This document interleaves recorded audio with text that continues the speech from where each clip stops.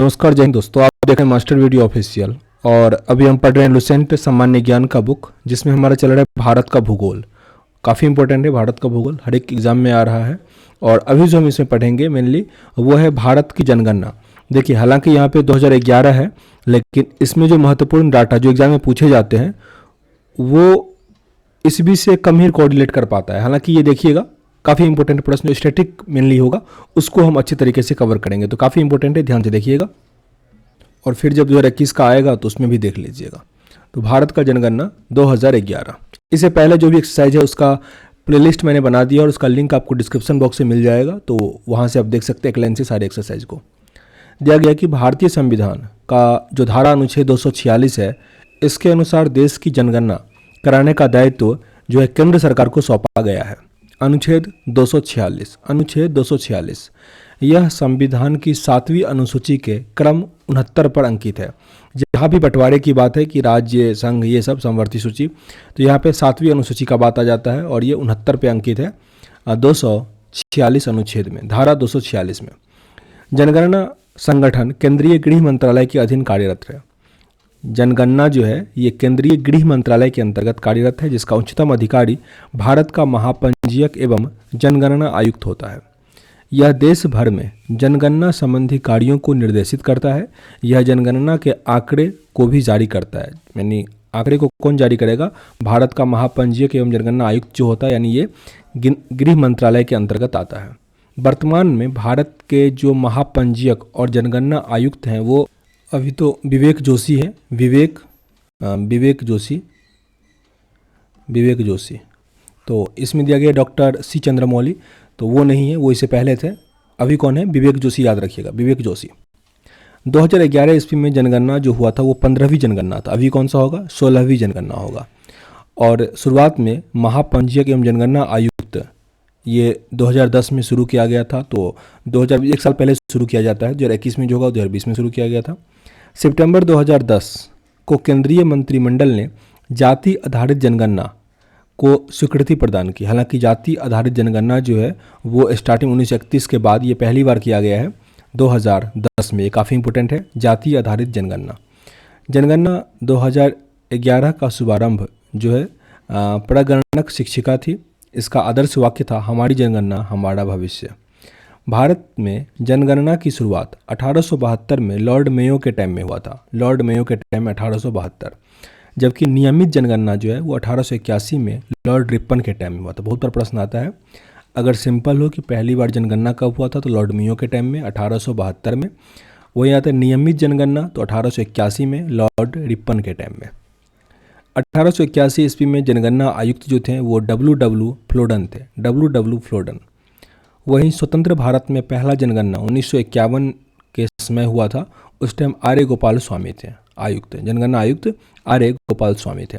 आधुनिक विश्व में सर्वप्रथम व्यवस्थित रूप से जनगणना कराने का श्रेय स्वीडन को है।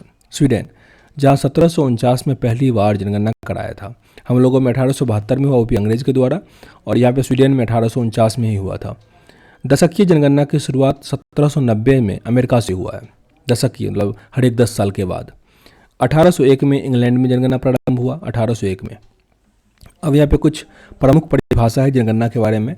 तो जैसे जनसंख्या घनत्व की बात करें, जिसको हम डेंसिटी ऑफ पॉपुलेशन कहते हैं, जनसंख्या घनत्व का तात्पर्य प्रति वर्ग किलोमीटर में निवास करने वाले की औसत जनसंख्या। ये निकाला कैसे जाता है? जैसे मान लो भारत का आबादी अभी 121 करोड़ है, हालांकि ये 2011 वाला जनगणना है। कुल क्षेत्रफल 32,87,263 है, तो वो डिवाइड करके वो हो जाएगा औसत। यानी ये मतलब हुआ कि टोटल आबादी कितना है और जगह कितना है, उस पर निकाला जाता है, और जगह किलोमीटर में लिखा जाता है। ये काफ़ी इंपॉर्टेंट है, क्योंकि दे देगा मीटर में, ये सब तो किलोमीटर में होता है, वर्ग किलोमीटर में। लिंगानुपात जो सेक्स रेशियो है, ये होता है 1000 पुरुषों की तुलना में महिलाओं का क्या तुलना है। जैसे 1000 पुरुष है तो महिला इसमें कितना है, 800 है या 900 है या 1000 है या 1200 है, तो उसका अनुपात जो होता है वही होता है लिंगानुपात। तो स्त्री का संख्या नीचे में पुरुष का संख्या गुने 1000 किया जाता है। 1000 पे ये काउंट होता है। ये भी कई बार प्रश्न आता है कि जो अनुपात निकाला जाता है लिंगानुपात, वो कितने पे निकाला जाता है, तो 1000 पे निकाला जाता है। आगे शिशु लिंगानुपात। शिशु लिंगानुपात में याद रखिएगा, ये 0 से 6 वर्ष तक को शिशु लिंगानुपात में काउंट किया जाता है, क्योंकि ये प्रश्न बहुत बार आता है कि जब शिशु लिंग का अनुपात या गणना की बात आती है तो कितने वर्ष तक के बच्चों को शामिल किया जाता है, तो 0 से 6 वर्ष तक के बच्चों को। और इसमें 1000 पुरुष की तुलना में उसी आयु समूह यानी 0 से 6 वर्ष का जो स्त्री है, लड़की है, उसको किया जाता है। और इसका एज निकालने के लिए सेम जैसा ऊपर हम पढ़े थे कि स्त्रियों की संख्या बटे पुरुष का संख्या गुने 1000, तो वैसा ही है लड़कियों का संख्या बटे लड़कों का संख्या और गुने 1000। लड़का का संख्या जो है वो नीचे रहता है, लेकिन इसमें 0 से 6 वर्ष का बात होता है। अब आगे लिखा गया साक्षरता दर, जो लिटरेसी रेट होता है। 7 वर्ष और उससे अधिक आयु का जो व्यक्ति किसी भाषा का समझ सकता हो और उसे लिख या पढ़ सकता हो, साक्षर कहलाता है। साक्षर का डिफिनेशन देख लिए, कोई भी व्यक्ति जो कि 7 वर्ष से अधिक हो, वो कोई एक भाषा समझ सकते हो, समझने के साथ साथ वो उस भाषा को लिख या पढ़ सकता हो, उसे हम साक्षर कहेंगे। 7 वर्ष और उससे अधिक आयु वाली कुल जनसंख्या में साक्षरों के प्रतिशत को जनसंख्या की साक्षरता दर कहते हैं। कितना आसान सा डेफिनेशन है साक्षरता दर का। साक्षरता दर निकालने के लिए साक्षरों की संख्या, मतलब जिसको भाषा का लिखना पढ़ना आता हो तो वही हो गया साक्षर। साक्षर का संख्या बट्टे 7 प्लस आयु, जो कि जैसे 7 साल से अधिक कितने लोगों का आयु है उसका जनसंख्या, गुने 100 किया जाता है। इसमें यह गया होगा समझ में, आई थिंक आसान था। कितने लोग साक्षर हैं वो बट्टे 7 से अधिक आबादी वाली जनसंख्या जो भी है, यानी कुल आबादी में से 0 से 6 वर्ष वाला आबादी घटा दो तो वो जो रेस्ट बच गया वो, और गुने 100। आगे दशकीय वृद्धि दर, जो 10 साल में जो वृद्धि होता है वो, तो ये आसान होता है। जैसे कि पहले आबादी 100 था, 10 साल के बाद हो गया 121, तो ये इसका कितना प्रतिशत बढ़ गया, तो माइनस करते हैं 21 और जो पूर्व जनसंख्या गुने 100 कर देंगे, इस टाइप का। तो वही लिखा गया कि 10 वर्षों में जो जनसंख्या का प्रतिशत में वृद्धि हुआ वही व्यक्त करते हैं। उसके लिए जो अभी जनसंख्या है वो, उसमें से घटाएंगे पहली जनसंख्या जैसे पहले 10 साल पहले, और फिर डिवाइड भी देंगे पहली वाली जनसंख्या गुने 100 करेंगे। कभी कभी क्या होता है, हालांकि अब तो ऐसा होगा नहीं संभवतः, जो वर्तमान जनसंख्या है वो कम है तो उसमें क्या होता है, जनसंख्या में घाटा आता है, मतलब कमी आता है, वो आंसर निगेटिव में आ जाएगा। अब शिशु मृत्यु दर दिया गया है, ये भी काफ़ी इंपॉर्टेंट है। इसमें भी 1000 जीवित बच्चों पे काउंट किया जाता है। शिशु मृत्यु दर प्रति 1000 जीवित जन्मे शिशुओं की संख्या के अनुपात में 1 वर्ष से कम आयु वाले मृत शिशुओं की संख्या को दर्शाता है।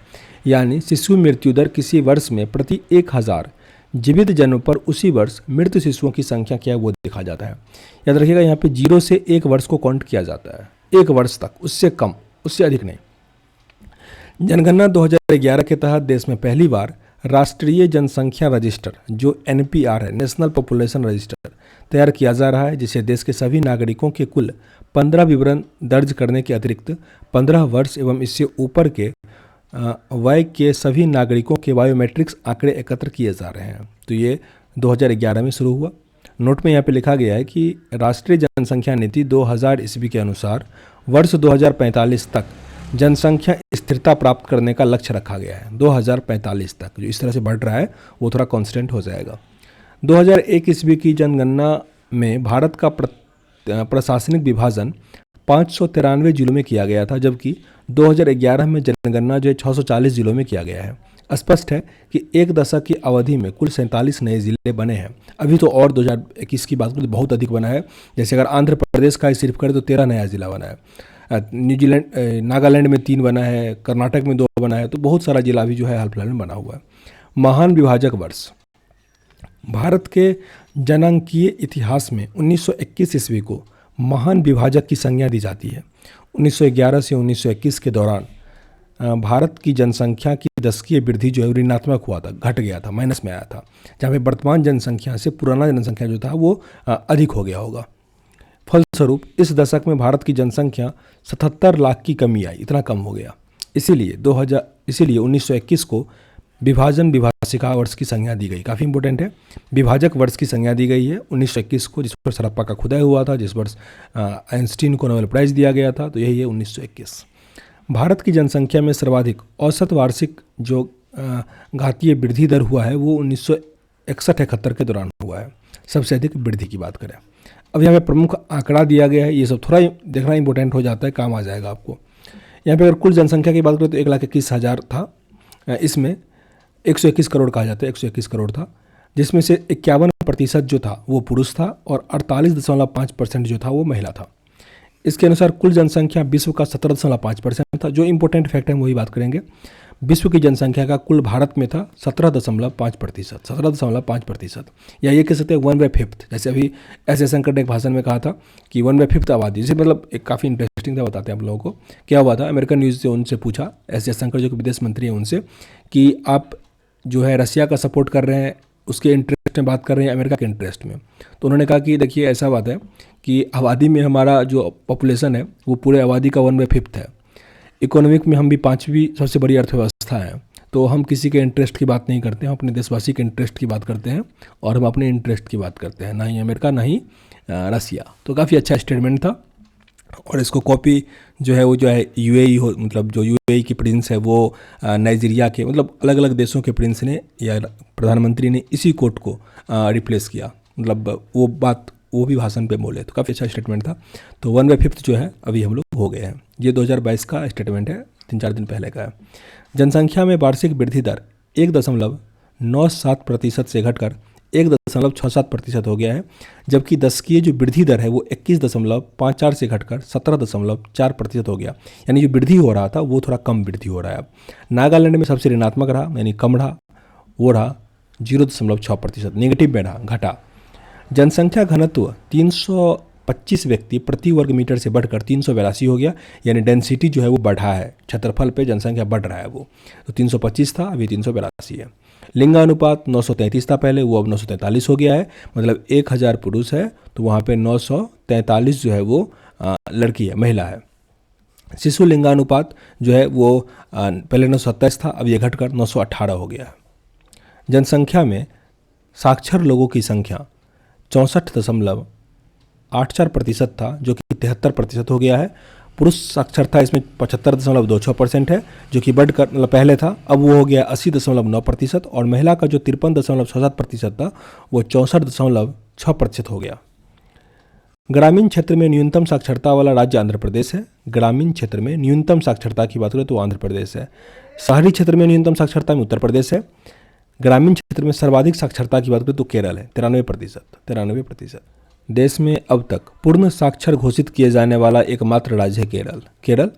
जनगणना 2011 के अनुसार देश में अनुसूचित जाति के व्यक्तियों की कुल संख्या 20.14 करोड़ है, जो कि देश की कुल संख्या का 16.6% है, और ये पहले था 16.2%, ये यानी बढ़ा है।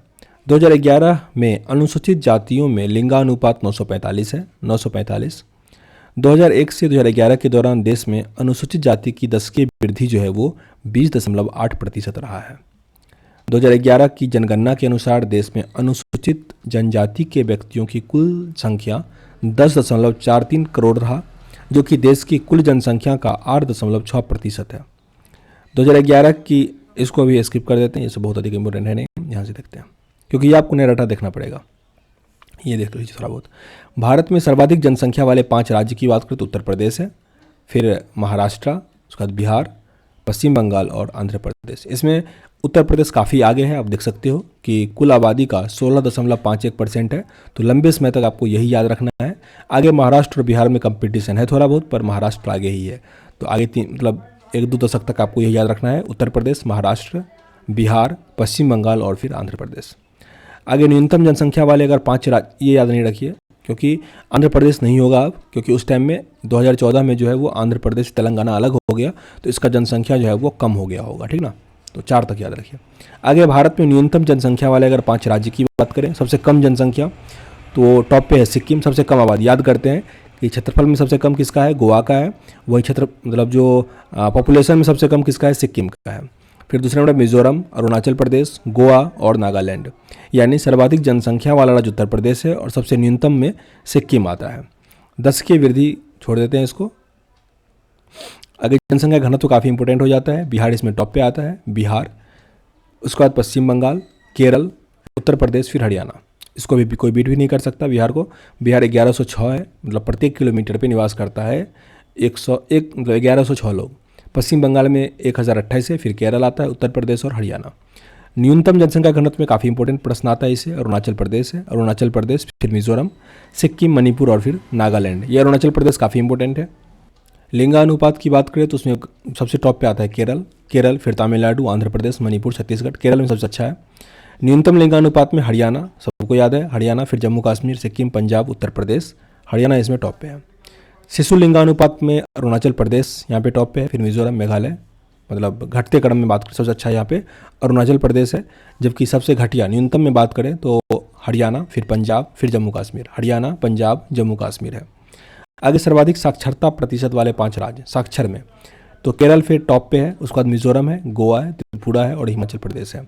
केरल टॉप पे है, फिर मिजोरम, गोवा, त्रिपुरा और हिमाचल प्रदेश। वहीं सबसे घटिया की बात करें तो उसमें बिहार आता है, फिर अरुणाचल प्रदेश, बिहार, अरुणाचल प्रदेश, राजस्थान, झारखंड और फिर आंध्र प्रदेश, तेलंगाना के साथ की बात की जा रही है, तो बिहार इसमें सबसे घटिया है।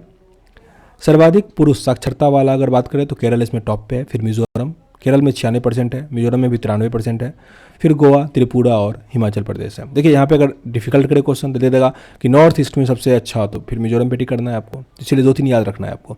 न्यूनतम पुरुष साक्षरता वाले जो प्रतिशत है, सबसे कम साक्षरता वाला, इसमें बिहारी टॉप पे है, घटिया में बिहार, अरुणाचल प्रदेश, आंध्र प्रदेश, मेघालय और फिर झारखंड आता है। सर्वाधिक महिला साक्षरता वाले में भी केरल टॉप पे ही है, फिर मिजोरम, मतलब एक लाइन से ही है ये सब, केरल, मिजोरम, गोवा, त्रिपुरा, नागालैंड भी। न्यूनतम की बात करें तो बिहार, राजस्थान, झारखंड, जम्मू कश्मीर और उत्तर प्रदेश। महिला में चेंज हो जाता है थोड़ा, क्योंकि यहाँ पे झारखंड 5 पे था, यहाँ पे 5 पे है उत्तर प्रदेश, लेकिन टॉप पूछा जाता है तो बिहार है।